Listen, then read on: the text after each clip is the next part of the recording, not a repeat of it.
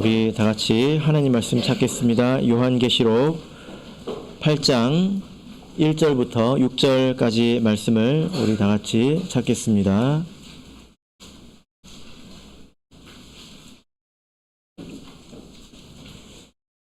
요한계시록 8장 1절부터 6절까지 말씀을 우리 한 절씩 교독하겠습니다. 1절. 일곱째 인을 떼실 때에 하늘이 반시 동안쯤 고요하더니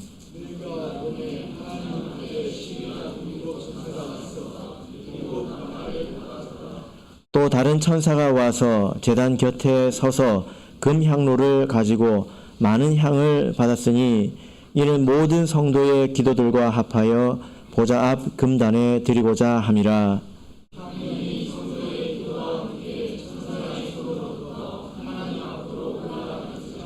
천사가 향로를 가지고 단 위에 불을 담아다가 땅에 쏟음에 뇌성과 음성과 번개와 지진이 나더라. 일곱 나팔 가진 일곱 천사가 나팔 불기를 예비하더라. 아멘. 오늘 이 시간은 일곱 나팔을 받았더라 라는 제목으로 말씀을 전하도록 하겠습니다. 자, 오늘 본문의 말씀을 보시면 일곱 번째 인과 그리고 일곱 나팔이 등장합니다. 우리 한글 성경을 보면 1절과 2절이 연결이 되어 있죠. 반시 동안쯤 고요하더니 내가 보매 하나님 앞에 일곱 천사가 있어 일곱 나팔을 받았더라. 이렇게 연결이 되어 있습니다. 그래서 이것이 이렇게 연결된 것처럼 이렇게 생각하기가 쉽습니다. 그러나 원문을 보면 그 1절을 마치고 나서 마침표가 있습니다. 그러니까 잠시 동안쯤 고요하였다. 이렇게 끝나야 되는 것이죠. 8장 1절의 말씀은 6장에 이어진 말씀으로 보는 것이 좋겠습니다. 왜냐하면 우리가 6장을 보면 이 인이 하나씩 떼어지지 않습니까? 근데 보시면요, 계속 이것이 반복이 됩니다. 3절을 보시면 둘째 인을 떼실 때에, 그리고 5절 셋째 인을 떼실 때에, 7절 넷째 인을 떼실 때에, 이것이 계속 반복이 되죠. 몇 번째 인을 떼실 때에, 그죠? 12절 보면 여섯째 인을 떼실 때에 이렇게 반복이 됩니다. 그리고 8장 1절을 보면 일곱째 인을 떼실 때에 이렇게 반복이 되고 있습니다. 그래서 7장을 괄호를 쳐서 이제 생략을 하면 6장부터 8장 1절까지 한 단락을 형성을 하는 것입니다. 이 성경의 장절 구분은 성경을 쓴 사람이 한 게 아니고요. 이후의 사람들이 약속하기 위해서 이렇게 임의로 나눈 것이기 때문에 절대적인 것은 아닙니다. 그래서 때로 보면 여기서 왜 장을 나눴지 하는 그런 부분들이 간혹 있습니다. 그러나 우리가 성경을 찾으려면 이런 약속은 필요하지 않습니까? 예. 그래서 이제 6장부터 8장 1절까지 7개 인을 떼시는 그런 장면인데요. 7장이 그 사이에 들어가 있지 않습니까? 7장의 말씀에 대해서 우리가 지난 시간까지 배웠는데 7장은 6장 17절의 질문에 대한 대답이다 라는 것입니다. 6장 17절의 이 질문이 사실 우리 신앙에 있어서 핵심적인 중요한 질문이라는 것입니다. 그래서 중간에 이렇게 답을 하고 있지 않습니까? 그 질문이 무엇입니까? 예, 그들의 진노의 큰 날이 이렇으니 누가 능히 서리요? 예, 마지막 하나님의 심판 앞에서 누가 능히 설 수 있겠는가? 예, 이 질문에 대해서 우리가 답할 수 있어야 합니다. 그래서 7장이 결론적으로 보자면 계시록의 핵심이라고 해도 되겠습니다. 어떤 사람이 이 마지막 말세를 견뎌내고 하나님 앞에 서 있을 수 있는가에 대한 말씀이라는 것입니다. 그래서 7장을 보시면 이 질문에 대한 대답을 두 번의 환상으로 답하고 있는 것을 볼 수가 있습니다. 첫 번째 답이 무엇이었습니까? 약속의 성령을 받아서 이마에 인치심을 받은 자이어야 한다는 것입니다. 그리고 두 번째 답은 무엇입니까? 믿음으로 환난을 견뎌야 한다는 것입니다. 그 환난 가운데서 도리어 정결하게 연단되어야 한다라는 거죠. 이 두 가지가 우리가 같이 있어야 되는 답입니다. 우리가 하나님의 자녀로 거듭나서 약속의 성령으로 인치심을 받아야 될 뿐만이 아니라 그리고 우리가 믿음으로 모든 일을 견디고 살아야 한다는 것입니다. 때로는 우리가 견디기 힘든 일이 오겠지만 그런 일이 하나님과 상관없이 오는 것이 아니라 우리를 연단하고자 하는 하나님의 그런 섭리 가운데 있다는 것을 말씀하시는 거죠. 그죠? 그래서 우리가 이렇게 거듭나서 믿음으로 사는 삶에 대해서 말하고 있습니다. 자, 이제 오늘 우리 7번째 인에 이르렀는데요. 그동안에 각각의 인을 간단하게 다시 한번 요약을 해볼까요? 첫 번째 인에서 마지막 말세에 참교회가 출현을 합니다. 그리고 두 번째, 세 번째, 네 번째 인에서 어떤 일이 일어납니까? 놀랍게도 분쟁과 기근과 온역 이런 일들이 드러나죠. 등장하죠. 이런 일들이 왜 있는가에 대해서 여러분 답을 찾으셨습니까? 이것은 사실 분별하는 것입니다. 그리고 연단하는 것이죠. 어떤 자들이 하나님의 참 백성인가 이것을 드러내는 것이고 그런 자들을 더욱더 깨끗하게 하려고 연단하는 것입니다. 그래서 여러 가지 분쟁 그리고 기근 또 영적인 온역 이런 것들이 사실 우리에게 해로운 것은 아니라는 거죠. 다섯 번째 인 안에서 이런 모든 어려운 일들이 종합적으로 일어나서 다섯 번째 인 안에서 완성된 자들이 등장합니다. 그래서 다섯 번째 인 안에서 하나님의 나라가 완성이 되죠. 그럼 여섯 번째 인은 무엇일까요? 이 하나님의 백성들을 핍박한 자들, 또 땅에 거하는 자들, 그런 자들에게 하나님께서 진노하시는 그런 진노의 장이, 진노의 때가 바로 여섯 번째 인입니다. 그리고 이제 일곱 번째 인의 때가 왔습니다. 자, 일곱 번째 인의 때에는 어떤 일이 있는지, 자, 우리 1절을 같이 보겠습니다. 자, 1절 우리 다시 한번 읽겠습니다. 시작. 일곱째 인을 떼실 때에 하늘이 반시 동안쯤 고요하더니, 반시 동안쯤 고요하였다 이렇게 됩니다. 여러분 이 하늘은 어떤 하늘일까요?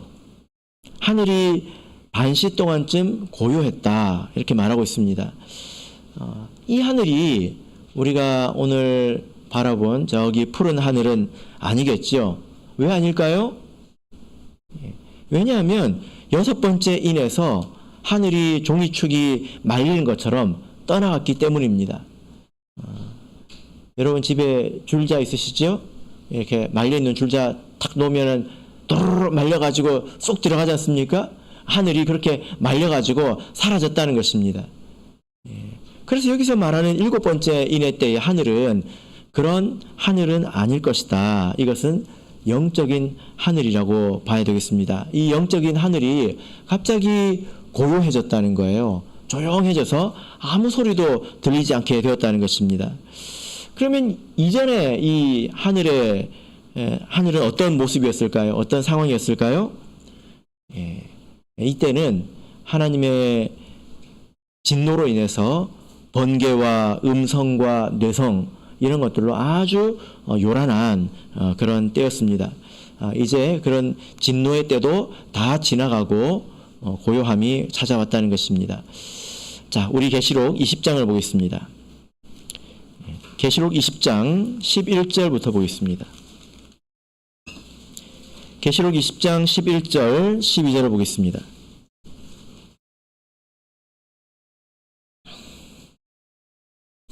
(11절) (12절) 자, 같이 읽겠습니다. 시작. 또 내가 크고 흰 보좌와 그 위에 앉으신 자를 보니 땅과 하늘이 그 앞에서 피하여 간데 없더라. 또 내가 보니 죽은 자들이 물론대소하고 그 보좌 앞에 섰는데 책들이 펴 있고 또 다른 책이 펴졌으니 곧 생명책이라. 죽은 자들이 자기 행위를 따라 책들에 기록된 대로 심판을 받으니. 자, 여기 보면 하늘과 땅이 그 앞에 피하여 간 데 없더라라고 말씀하고 있지 않습니까? 이 내용이 바로 6번째 인의 내용을 말하는 것입니다. 하늘이 종이축처럼 말려서 사라지고 땅과 온갖 섬들도 간 데가 없다고 말하고 있지 않습니까? 그때를 말하고 있습니다. 그 이후에 일어난 일이 무엇입니까? 예, 바로 하나님의 심판입니다. 영원한 심판이죠. 그죠? 예. 그래서 크고 흰 보좌가 이제 하늘에서 이제 보이지요. 예. 그리고 하나님께서 사람들을 심판하시는 장면이 있습니다. 그래서 5번째 인에서 하나님의 백성들이 완성되고 6번째 인에서 하나님께서 그들에게 진노하십니다. 근데 그 진노는 이 땅에서의 진노입니다. 이 세상에서의 진노입니다. 그리고 그 진노가 다 마쳤을 때에 잠시 동안쯤 고요하지요. 그리고 나서 이제 영원한 심판이 있게 되는 것입니다. 예. 마지막 심판이 있고 그 심판에 따라서 어떤 일이 벌어질까요? 자, 13절, 14절을 보겠습니다. 바다가 그 가운데서 죽은 자들을 내어주고 또 사망과 음부도 그 가운데서 죽은 자들을 내어주매 각 사람이 자기 행위대로 심판을 받고 사망과 음부도 불못에 던지우니 이것은 둘째 사망 곧 불못이라. 누구든지 생명책에 기록되지 못한 자는 불못에 던지우더라. 네, 그래서 7번째 인이 끝나게 되면 그때 흰 보좌가 임하게 됩니다. 원래 이 보좌는 무지개 보좌였죠. 무지개라고 하는 것은 하나님의 은혜가 있다는 것입니다. 무지개의 은혜가 있다는 거죠. 그러나 흰 보좌라고 하는 것은 이제 심판하시겠다는 겁니다. 흰 것에 대해 보면 얼룩진 것, 더러운 것 이런 것들이 다 보이지 않습니까? 심판하시겠다는 것입니다. 그래서 마지막으로 이 심판 이후에 불못으로 들어가게 되는 것을 볼 수가 있습니다. 자, 그러면 불못에 들어가지 않은 사람들은 어디로 가게 될까요? 자, 21장 1절입니다. 21장 1절 보시면 또 내가 새 하늘과 새 땅을 보니 처음 하늘과 처음 땅이 없어졌고 바다도 다시 있지 않더라. 사실 20장의 말씀도 15절에서 끝날 것이 아니라 21장 1절에서 끝나야 되죠. 심판이 있고 나서 어떤 사람들은 불못에 가게 되었고 어떤 사람은 어디 갔다는 것입니까? 새 하늘과 새 땅. 지금 우리가 밟고 있는 이 땅은 새 땅이 아니잖아요. 창세기 1장에서 하나님께서 만드신 그 땅이지 않습니까? 우리가 보는 하늘도 창세기 1장에서 만든 그 하늘이지 않습니까? 이 하늘과 땅이 간데 없고 새로운 하늘과 새로운 땅이 있습니다. 그래서 이 새 하늘과 새 땅은 천국을 말하는 것이죠. 그죠? 그래서 7번째 인에서 일어나는 것은 아무 일도 없습니다. 반시 동안쯤 고요하고 모든 것이 끝나게 됩니다. 그러면 이제 영원한 심판이 일어나게 되는 것이죠. 자, 이 7번째 인의 때는 어떤 때일까요? 그 시간이 얼마나 걸릴까요? 반시 동안쯤이라고 말하고 있습니다. 반시 동안쯤. 반시라고 하는 것은 1시간의 절반을 말합니다. 그럼 30분이겠죠.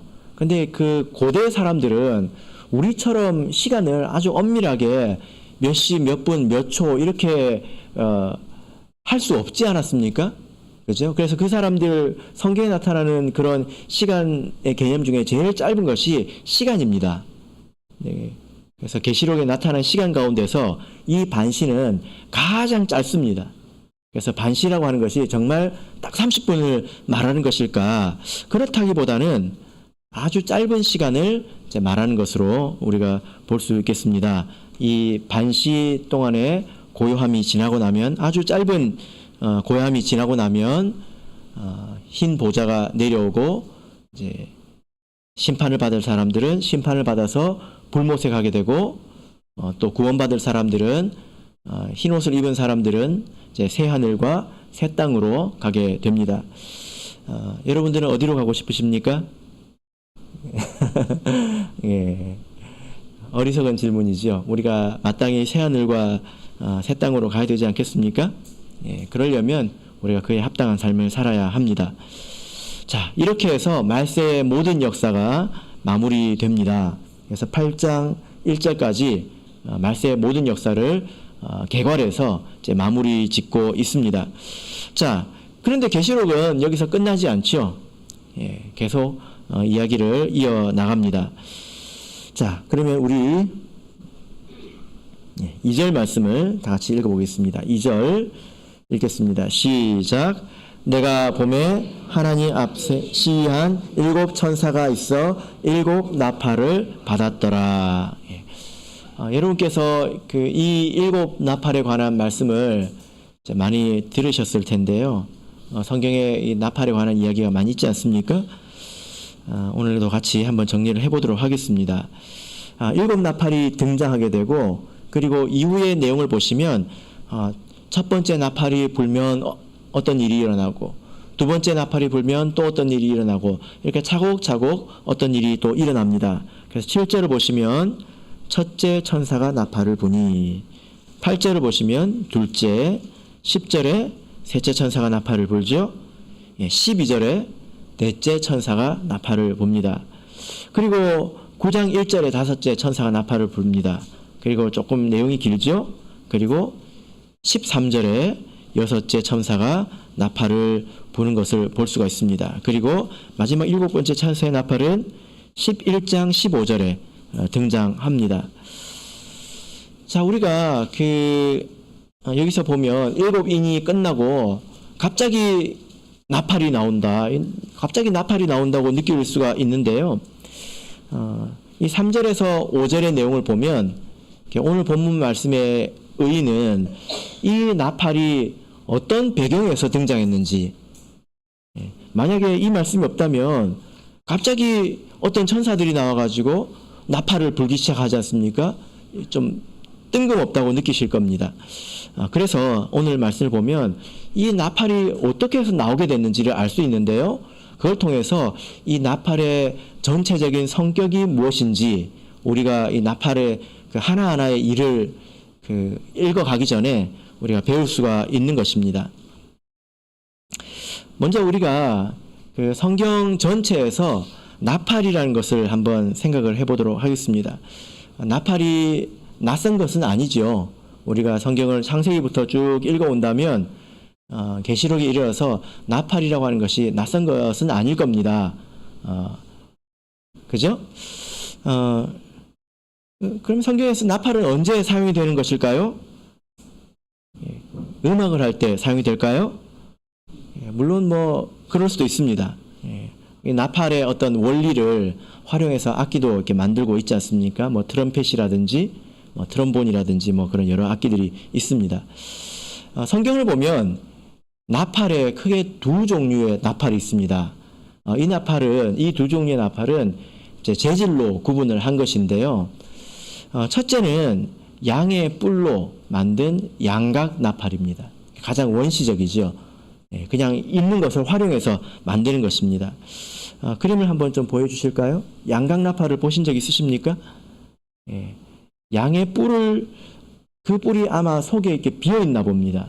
그러면 끝쪽에 구멍을 뚫어서 입술을 대서 울려서 소리를 내는 것입니다. 이렇게 긴 뿔도 있나 봐요. 보이시죠? 이게 양각 나팔인데요. 우리 총회도 가면 요만한 양각 나팔이 하나 있습니다. 제가 불러봤는데 소리가 제법 큽니다. 생김새에 따라서 요만한 것부터 해가지고 키우기 아주 다양한 것 같습니다. 두 번째는 이렇게 양의 뿔로 만든 것이 아니라 금속으로 만든 나팔이 있는데요. 대표적으로 은을 쳐서 만든 그런 나팔이 있죠. 자, 다음 그림을 한번 보실까요?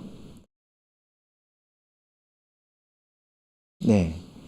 이렇게 은으로 쳐서 만든 나팔이 있습니다. 아마도 은이 그래도 좀 가공하기가 좀 연하지 않습니까? 가공하기가 좋아서 이렇게 만들어서 부르는 것 같습니다. 그래서 이 양각 나팔과 이 금속으로 만든 이 나팔이 성경에서 아주 다양한 그 용도로 쓰이는데요. 그것이 우리에게 전해주는 그런 이미지가 있습니다. 우리가 그걸 알고 들어가야지 이 나팔이 어떤 것인지 대략 이해할 수가 있습니다. 예, 됐습니다. 그리고 이 나팔 소리를 보면 또 다른 각도에서 두 가지로 나눌 수가 있는데 하나님께서 나팔 소리를 내시는 경우가 있고요. 두 번째는 사람이 나팔을 부는 경우가 있습니다. 자, 우리 출애굽기 19장을 보겠습니다. 출애굽기 19장 16절을 보겠습니다.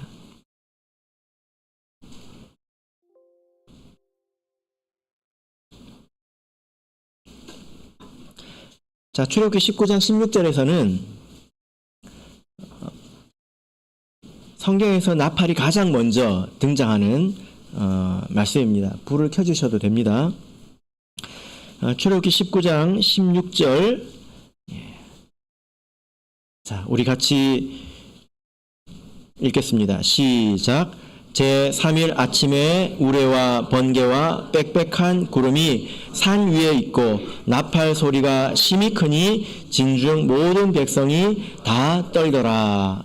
성경에서 처음으로 울려 퍼진 나팔 소리는 하나님께서 내시는 이제 나팔 소리였죠.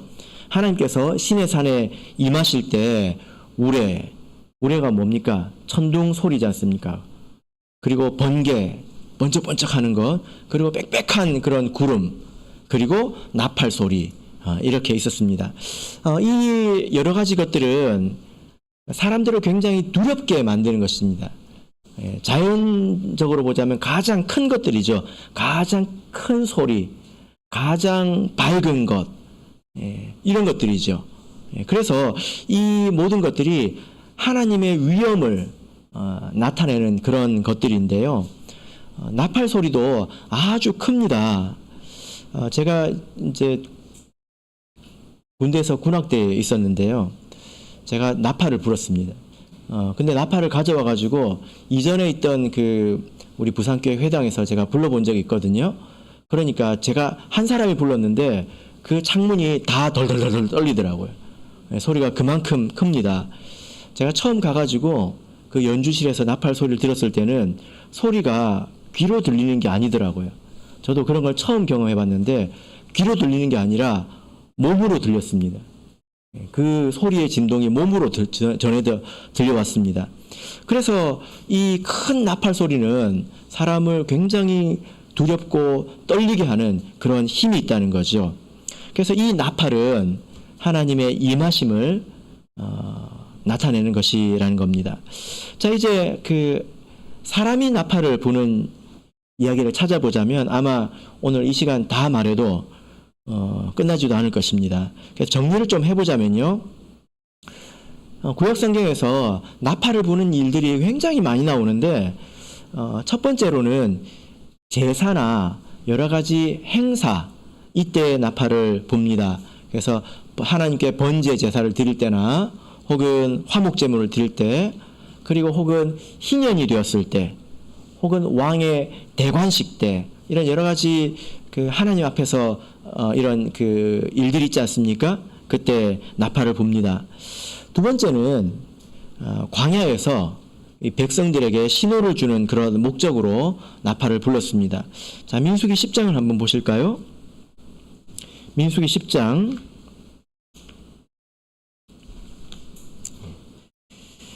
민수기 10장 2절부터 보겠습니다.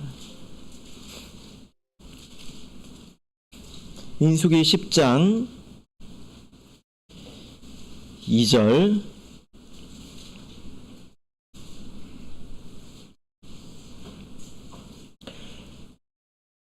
자, 같이 읽겠습니다. 시작.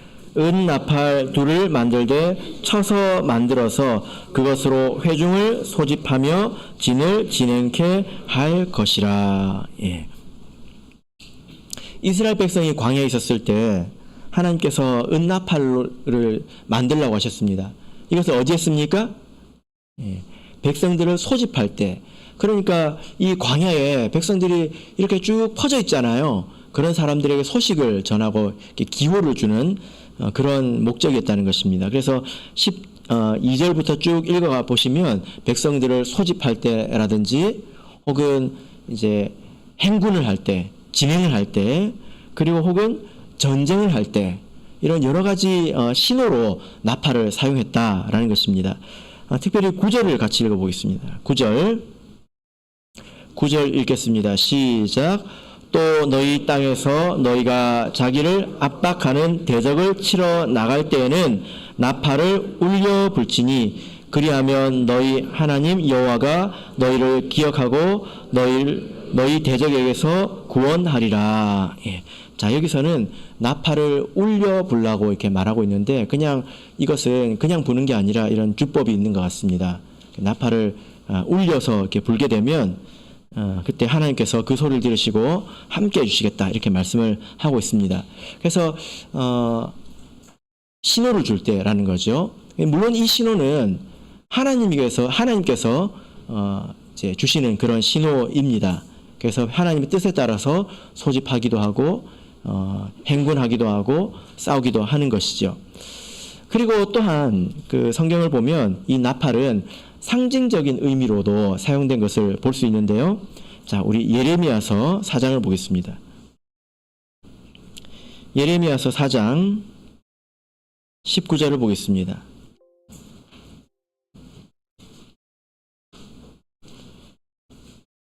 예레미야서 4장 19절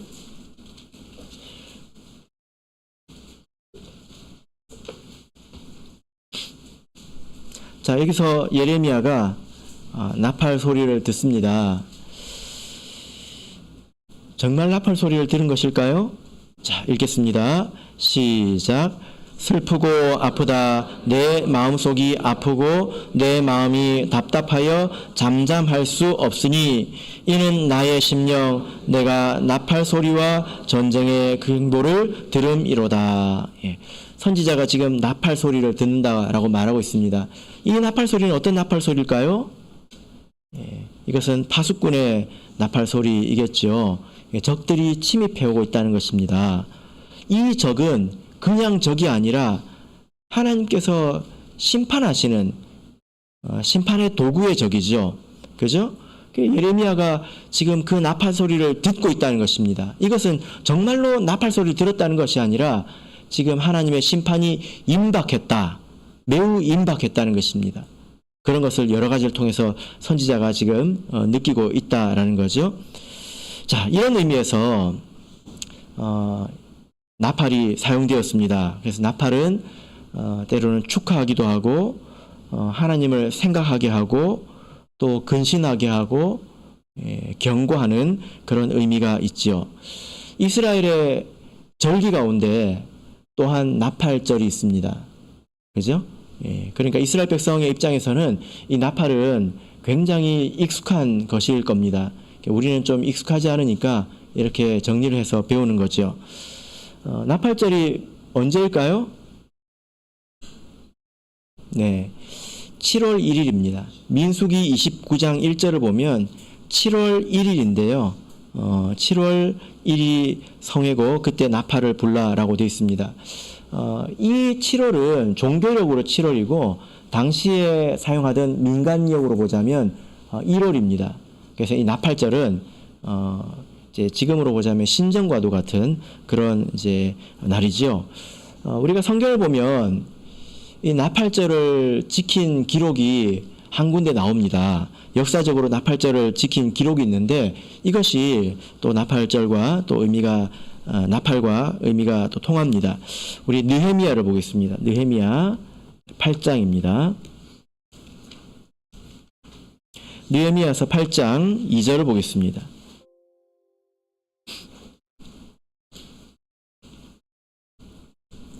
느헤미야서 8장 2절입니다. 느헤미야서 8장 2절. 자, 우리 같이 읽겠습니다. 시작. 7월 1일에 제사장 에스라가 율법책을 가지고 남자 여자 무릇 알아들을 만한 회중 앞에 이르러.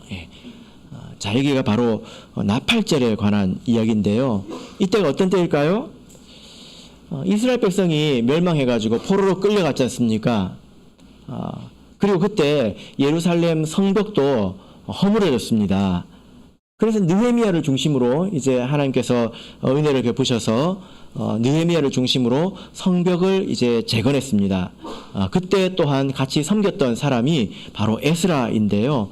성벽을 이렇게 재건한 이후에 에스라는 그들의 신앙을 세우기 시작합니다. 이 성벽을 쌓는다고 해서 나라가 회복되는 것은 아니지 않습니까? 그래서 에스라가 그때 7월 1일에 이 일을 하는데요. 자, 5절을 보시면 그때 많은 이스라엘 백성들을 모아놓고 책을 펴니다. 그리고 책을 펴고 그 책을 읽습니다.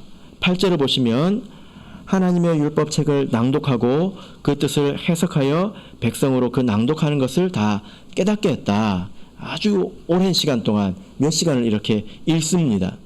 그리고 나서 그 말씀을 들은, 그래서 그 말씀을 이해한, 지금 여러분들처럼 성경책을 항상 이렇게 들고 다니는 사람들이 아니었습니다. 누가 읽어주지 않으면 들을 수 없습니다.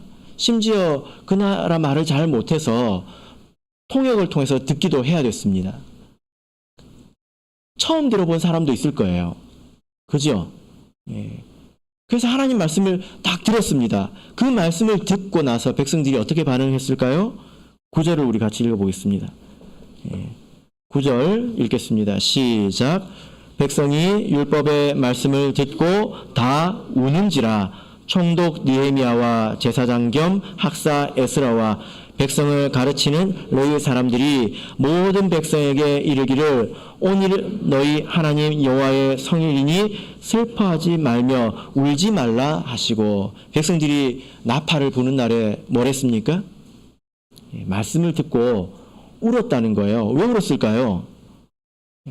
이 사람들이 그동안에 고생을 많이 했습니다. 그리고 하나님 말씀을 듣고 보니 우리가 하나님 말씀과 얼마나 멀리 떨어져서 살았는지, 왜 하나님의 백성들이 이렇게 고생을 했어야 됐는지 깨닫게 된 것입니다. 알게 된 것이죠. 그리고 하나님의 은혜로, 자비로 이렇게 다시 하나님 말씀을 들을 수 있고 성벽을 회복한 것에 대해서 감격하고 있는 것입니다. 그래서 그들이 울고 있는 거죠. 그래서 그때 에스라가 느헤미야가 뭐라고 합니까? 10절을 읽겠습니다. 10절 읽겠습니다. 시작. 느헤미야가 또 이르기를 너희는 가서 살진 것을 먹고 단 것을 마시되 예비치 못한 자에게는 너희가 나누어 주라. 이날은 우리 주의 성일이니 근심하지 말라. 여호와를 기뻐하는 것이 너희의 힘이니라 하고, 슬퍼하지 말고 기뻐하라, 이렇게 말씀을 하고 있습니다. 이렇게 대략 나팔에 대한 말씀을 전해드렸는데요. 이스라엘 백성이 나팔 소리를 어디선가 들으면 어떤 생각을 할까요? 나팔 소리 들으면 하나님을 생각하게 됩니다. 하나님을 생각함으로 경고를 받기도 하고 또한 위로를 받기도 합니다. 이것이 나팔의 의미입니다.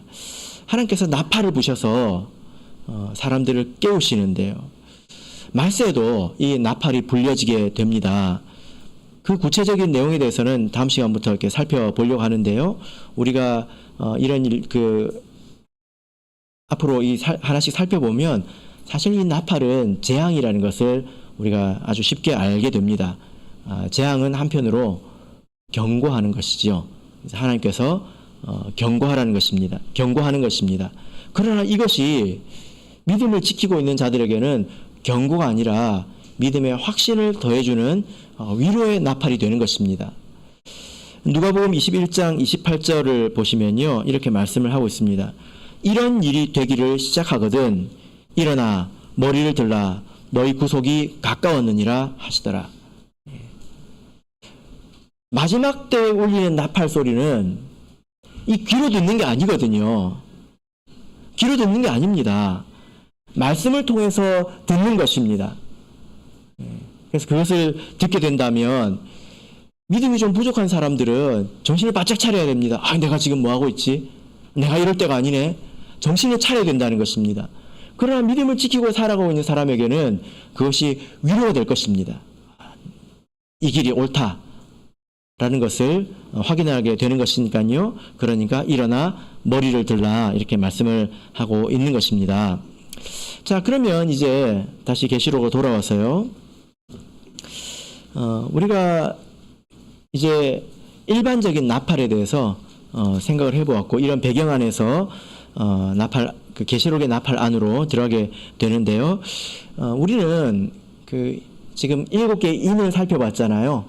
그리고 나서 7개의 나팔을 보게 되는데, 이 인과 나팔의 관계를 우리가 좀 생각을 해보도록 하겠습니다. 그 중에 제일 중요한 것은 시간적인 이제 문제이죠. 이 말이 무슨 말이냐면, 우리가 성경을 쭉 그냥 읽어 나가다 보면, 한글 성경으로 쭉 읽어 나가다 보면 7인이 끝나고 나서 7개 나팔이 나오는 것으로 보이지 않습니까?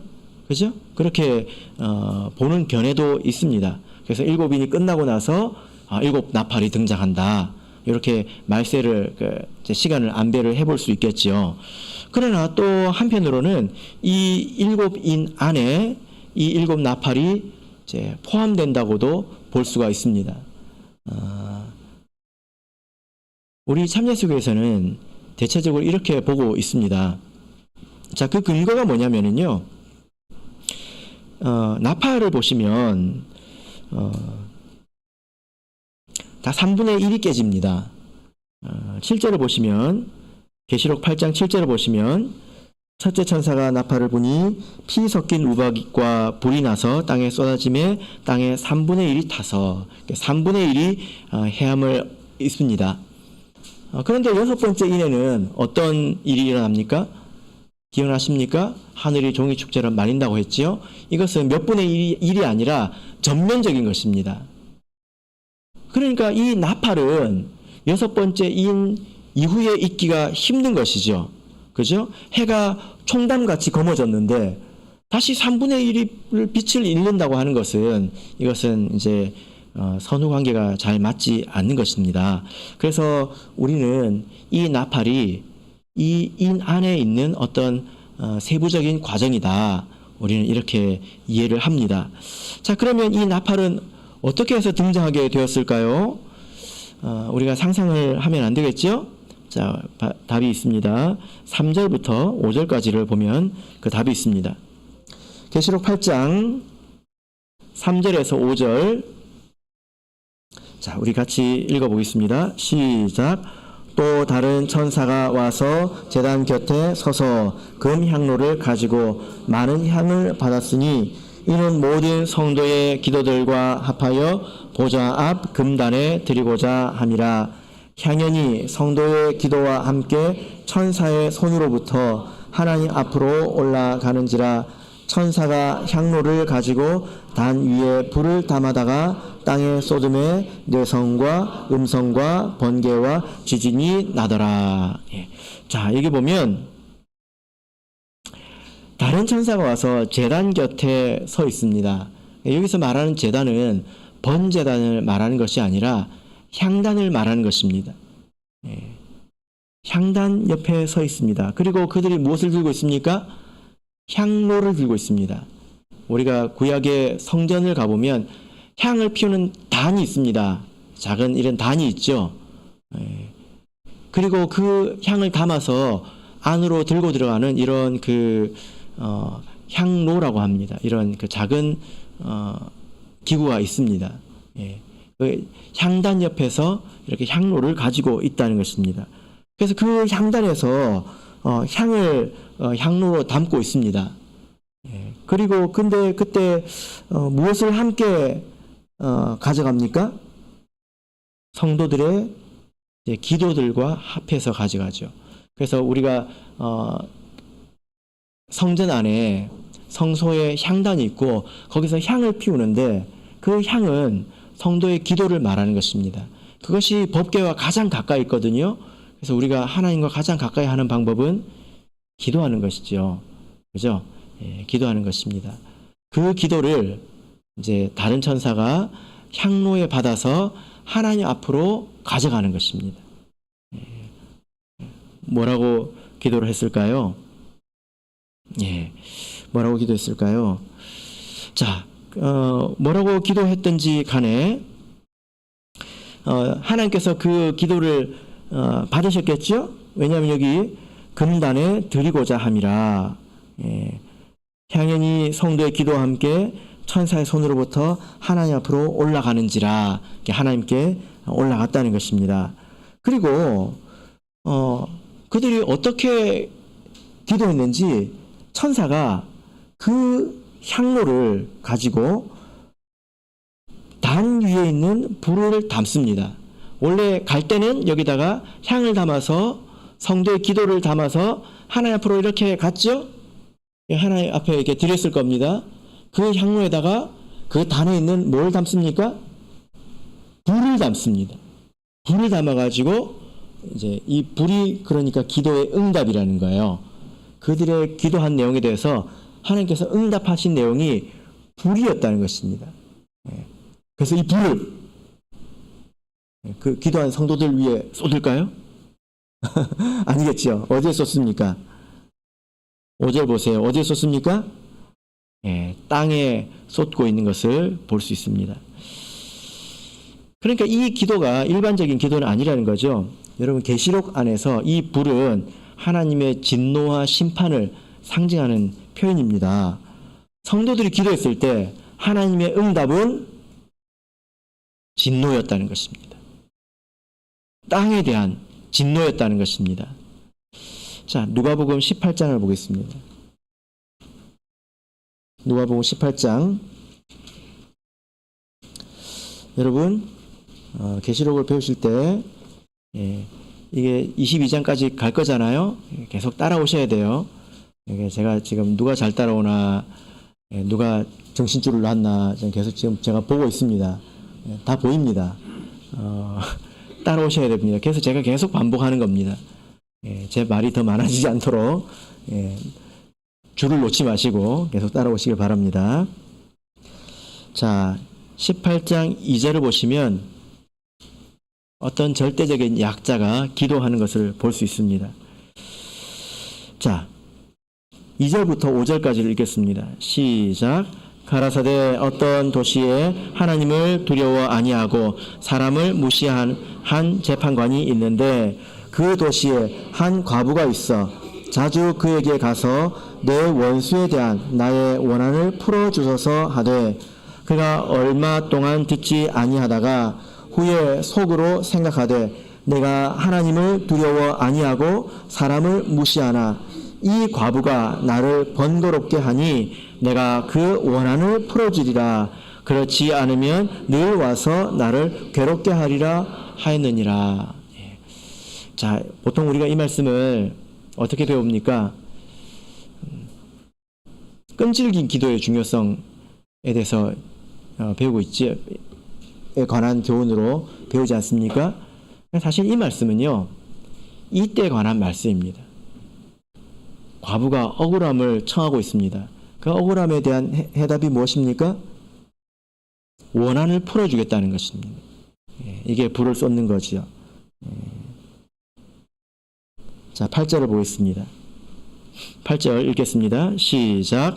내가 너에게 이르노니 속히 그 원한을 풀어주시리라. 그러나 인자가 올 때에 세상에서 믿음을 보겠느냐.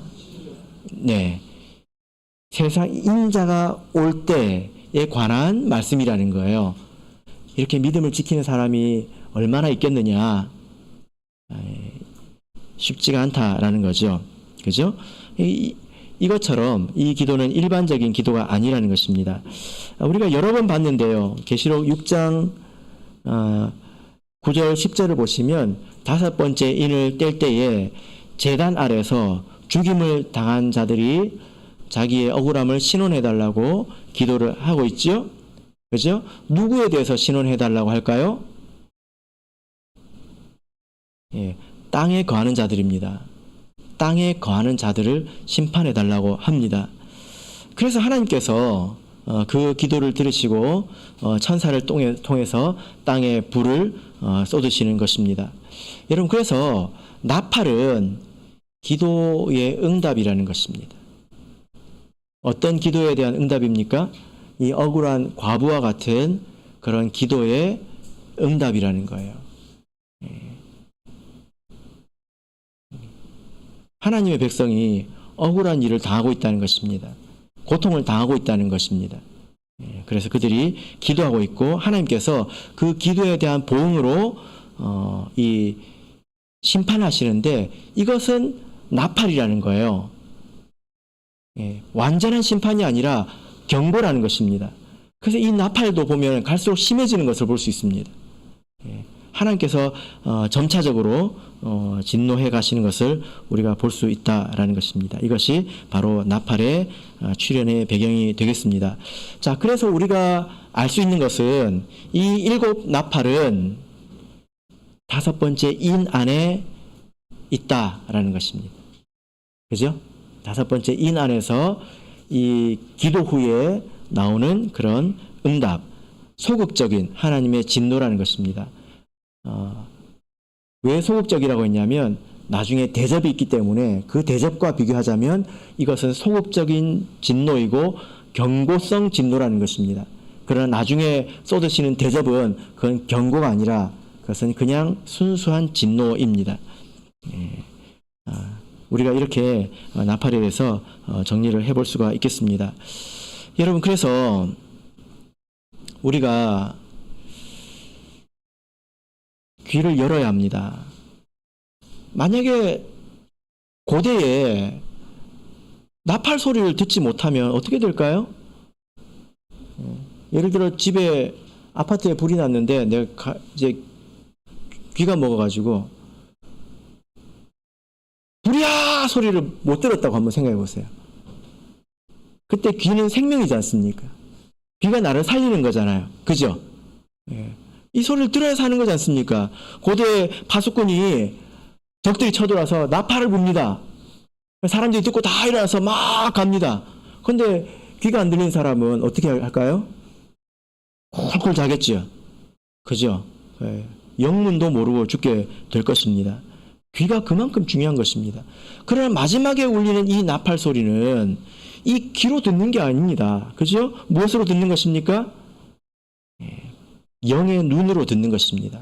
말씀을 통해서 이 시대에 일어나는 일들을 분별하는 것을 통해서 내가 듣는 것입니다. 만약에 그런 듣는 귀가 없다면 나팔이 언제 올는지 알지도 못하고 심판을 받을 수밖에 없을 것입니다. 바라옵기는 우리 모든 성도님들께서 계시록의 말씀을 통해서 영의 눈을 열어가시기를 예수 그리스도 이름으로 축복합니다.